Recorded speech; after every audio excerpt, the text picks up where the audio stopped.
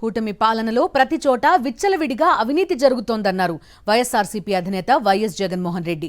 ప్రభుత్వానికి రావాల్సిన ఆదాయానికి గండి కొడుతున్నారని మండిపడ్డారు. దోచుకో, పంచుకో, తినుకో అనే పద్ధతిలో చంద్రబాబు ఆయన మనుషుల జేబుల్లోకి ప్రభుత్వ ఆదాయం వెళ్తోందన్నారు వైఎస్ జగన్.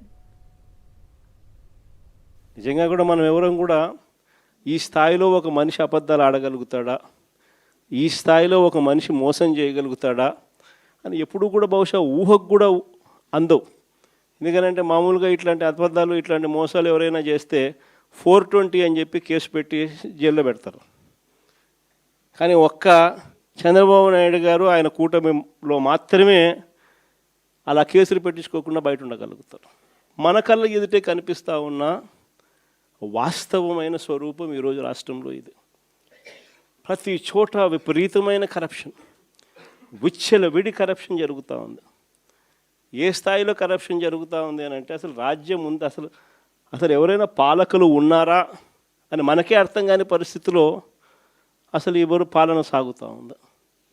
గవర్నమెంట్కి రావాల్సిన ఆదాయం గవర్నమెంట్కి రావడంలా, అందుకనే గవర్నమెంట్కి రావాల్సిన ఆదాయాలు తగ్గుతూ ఉన్నాయి.